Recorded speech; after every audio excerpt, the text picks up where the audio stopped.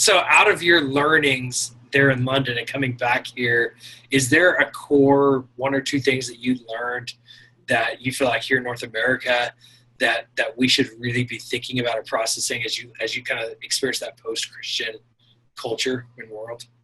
Yeah, well, a couple things. So when I first got there, I'm ordained Baptist. I get there and I'm taken in by the charismatic evangelicals who just start loving on us. And then I start getting asked to go preach in Anglican churches, and then start meeting Baptist guys. And what was so refreshing was that there was no competition in the church. I mean, because it's been in catastrophic free fall over there, and so they are so desperate, they band together to work together. So the unity, John 17, so cool to see.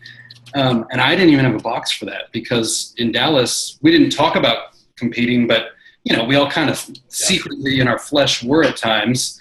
And so that was just a glimpse of the kingdom in that sense that was so powerful, impactful. I mean, another thing was the more I studied the church history over there and see that there's a generation who doesn't even know, all they know is church equals religion equals power and politics over there. And so they don't want anything to do with that. Even though there's a church on every corner, the average church has 20 people, nobody's going, especially the younger generations. But what I realized is part of this decline over there was because there's been this vacuum of discipleship that has failed to transfer from one generation to the next. And as soon as that happens, 50 years ago, and you have another generation who's never been discipled, you've lost. I mean, I think that's one of the huge,